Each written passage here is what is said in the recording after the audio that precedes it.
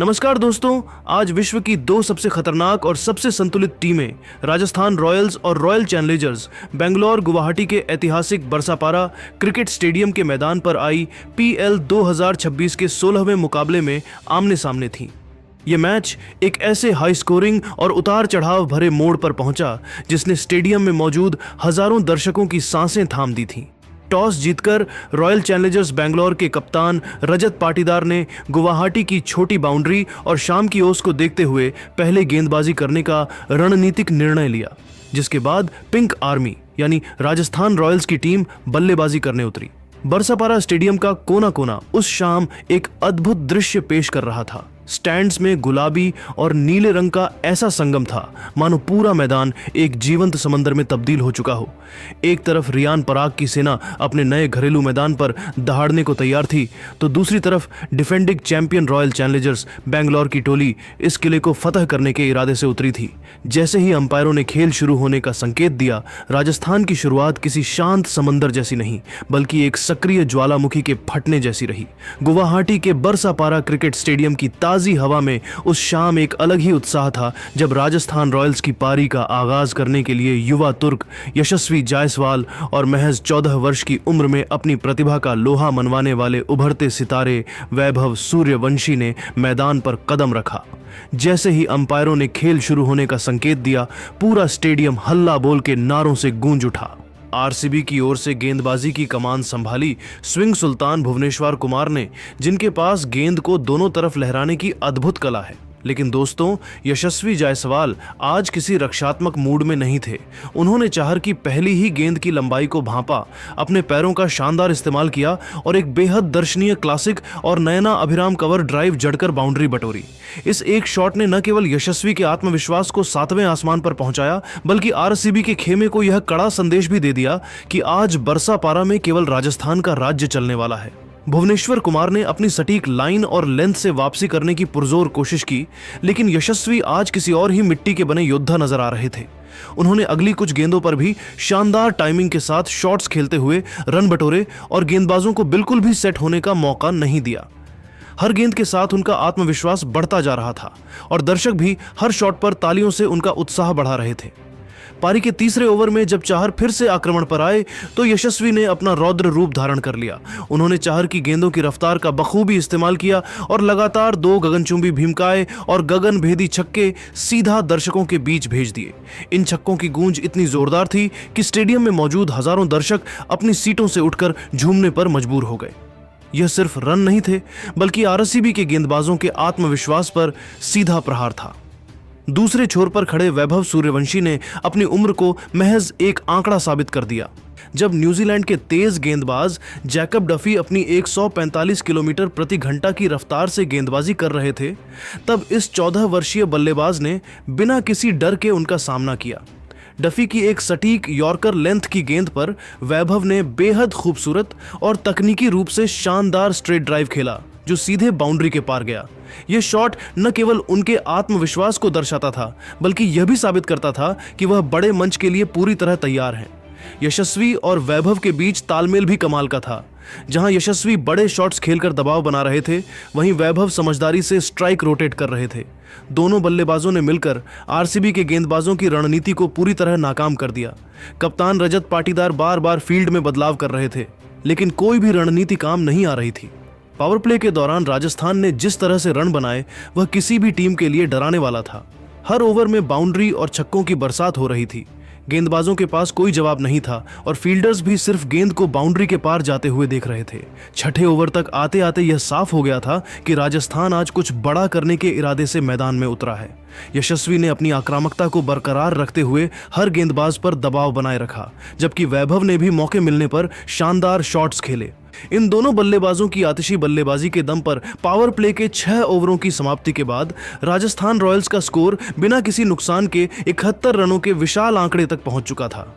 RCB के कप्तान रजत पाटीदार के माथे पर चिंता की लकीरें साफ देखी जा सकती थीं। लेकिन दोस्तों, मैच में असली हाई वोल्टेज ड्रामा और टर्निंग पॉइंट तब शुरू हुआ जब अनुभवी भारतीय स्पिनर कृणाल पांड्या को गेंदबाजी के मोर्चे पर लगाया गया। कृणाल ने अपनी अनुभव का इस्तेमाल करते हुए गेंद की गति में शानदार बदलाव किया और अपनी एक घूमती हुई फिरकी के जाल में वैभव सूर्यवंशी को पूरी तरह फंसा लिया।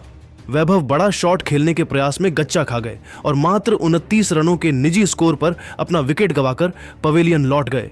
वैभव के आउट होते ही आरसीबी के प्रशंसकों में जान लौट आई।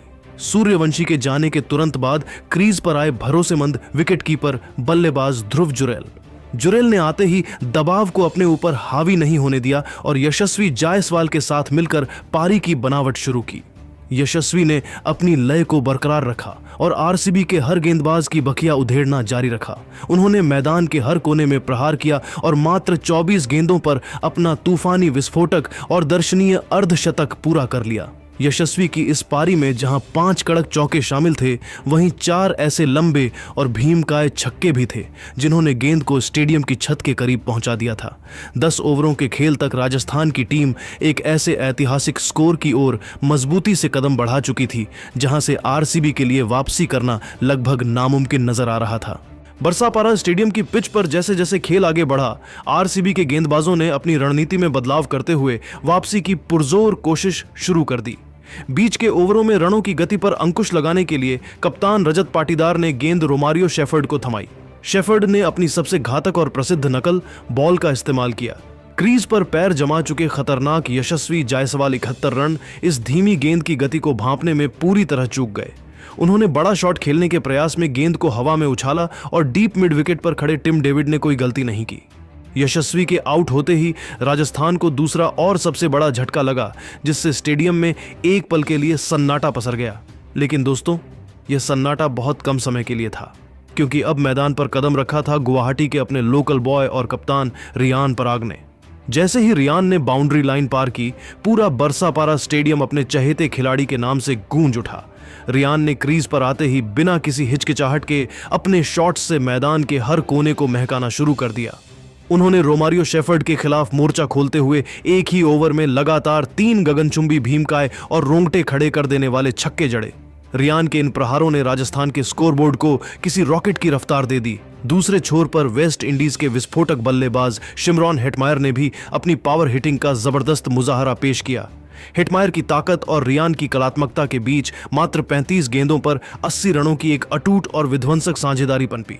रियान पराग ने अपनी घरेलू जनता के सामने अपनी प्रतिभा का लोहा मनवाते हुए मात्र 26 गेंदों पर 66 रनों की आतिशी और कप्तानी पारी खेली। पारी के अंतिम ओवरों में रोमांच तब और बढ़ गया जब जोफ्रा आर्चर ने बल्ले से अपना जौहर दिखाया और 2 बेहद लंबे छक्के जड़कर राजस्थान के स्कोर को 5 विकेट के नुकसान पर 224 रनों के विशाल ऐतिहासिक और पहाड़ जैसे आंकड़े तक पहुंचा दिया। हालांकि भुवनेश्वर कुमार ने अंतिम ओवर में अपनी सटीक यॉर्कर से 2 विकेट झटककर रनों के सैलाब पर लगाम लगाने की कोशिश की, लेकिन तब तक राजस्थान एक ऐसा लक्ष्य खड़ा कर चुका था जिसे भेदना दुनिया की किसी भी बल्लेबाजी यूनिट के लिए हिमालय की चढ़ाई जैसा कठिन कार्य था। जब रॉयल चैलेंजर्स बैंगलोर की टीम 225 रनों के इस विशाल लक्ष्य का पीछा करने उतरी, तो उनकी शुरुआत किसी बुरे सपने जैसी रही। राजस्थान के दक्षिण अफ्रीकी तेज गेंदबाज नांद्रे बर्गर ने अपनी आग उगलती रफ्तार और सटीक लाइन से बल्लेबाजों को थर्रा दिया। बर्गर ने दूसरे ही ओवर में 148 किलोमीटर प्रति घंटा की रफ्तार वाली गेंद पर फील्ड सॉल्ट का ऑफ स्टंप उखाड़ते हुए उन्हें क्लीन बोल्ड कर दिया। यह विकेट आरसीबी के लिए बड़ा झटका था और शुरुआत से ही दबाव साफ नजर आने लगा। इसके बाद क्रीज पर आए विराट कोहली, जिनसे टीम को बड़ी उम्मीदें थीं। उनके साथ युवा बल्लेबाज देवदत्त पडिक्कल ने मोर्चा संभाला। विराट आज अपने पुराने और आक्रामक अंदाज में नजर आ रहे थे। उन्होंने संदीप शर्मा की गेंदों पर अपने ट्रेडमार्क पुल शॉट खेलते हुए 2 शानदार छक्के जड़े, जिससे आरसीबी की उम्मीदें फिर से जाग उठीं। दूसरी ओर पडिक्कल ने भी शानदार आत्मविश्वास दिखाया और रविंद्र जडेजा की स्पिन पर एक हाथ से छक्का जड़कर दर्शकों को हैरान कर दिया। दोनों बल्लेबाजों के बीच अच्छी साझेदारी बनने लगी थी और टीम ने पावर प्ले के 6 ओवरों में 65 रन जोड़ लिए थे। ऐसा लग रहा था कि आरसीबी मुकाबले में वापसी कर रही है, लेकिन तभी मैच ने अचानक करवट ली। जोफ्रा आर्चर को गेंदबाजी के लिए लाया गया और उन्होंने आते ही अपनी रफ्तार से बल्लेबाजों को मुश्किल में डाल दिया। आर्चर ने विराट कोहली को एक तेज और सटीक बाउंसर फेंकी। विराट ने उसे पुल करने की कोशिश की, लेकिन गेंद बल्ले के ऊपरी किनारे से लगकर हवा में चली गई। यशस्वी जायसवाल ने शानदार दौड़ लगाते हुए कैच पकड़ लिया और विराट कोहली 47 रन बनाकर आउट हो गए। यह विकेट मैच का टर्निंग पॉइंट साबित हुआ। विराट के आउट होते ही आरसीबी की रन गति पर अचानक ब्रेक लग गया। जो टीम कुछ देर पहले तेजी से रन बना रही थी अब दबाव में नजर आने लगी। बल्लेबाजों में हिचकिचाहट साफ दिखने लगी और राजस्थान के गेंदबाज पूरी तरह हावी हो गए। स्टेडियम का माहौल भी अचानक बदल गया।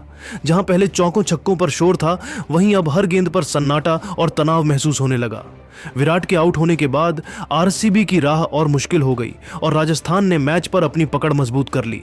लेकिन दोस्तों, आरसीबी के प्रशंसकों की धड़कनें अभी भी तेज थीं, क्योंकि मैदान पर अभी तूफान आना बाकी था, जिनके आने का मतलब था मैदान पर चारों ओर रनों का चक्रवात शुरू होना। गुवाहाटी के बरसापारा स्टेडियम का तापमान उस वक्त और बढ़ गया जब रजत पाटीदार ने क्रीज पर कदम रखा। पाटीदार ने आते ही अपनी जादुई कलाइयों का वो अतरंगी और हैरतअंगेज नजारा पेश किया, जिसने राजस्थान के फील्डरों को केवल दर्शक बना दिया। जब तुषार देशपांडे अपना ओवर लेकर आए तो पाटीदार ने उनके खिलाफ ऐसा धावा बोला कि क्रिकेट की हर किताब छोटी पड़ गई।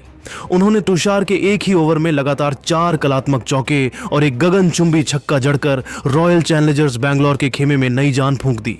पाटीदार का बल्ला अब केवल लकड़ी का टुकड़ा नहीं था, बल्कि साक्षात आग उगल रहा था। बीच के ओवरों में देवदत्ता पडिक्कल 44 एक शानदार पारी खेलकर आउट हुए, लेकिन उनके जाने के बाद टिम डेविड ने रजत का बखूबी साथ दिया।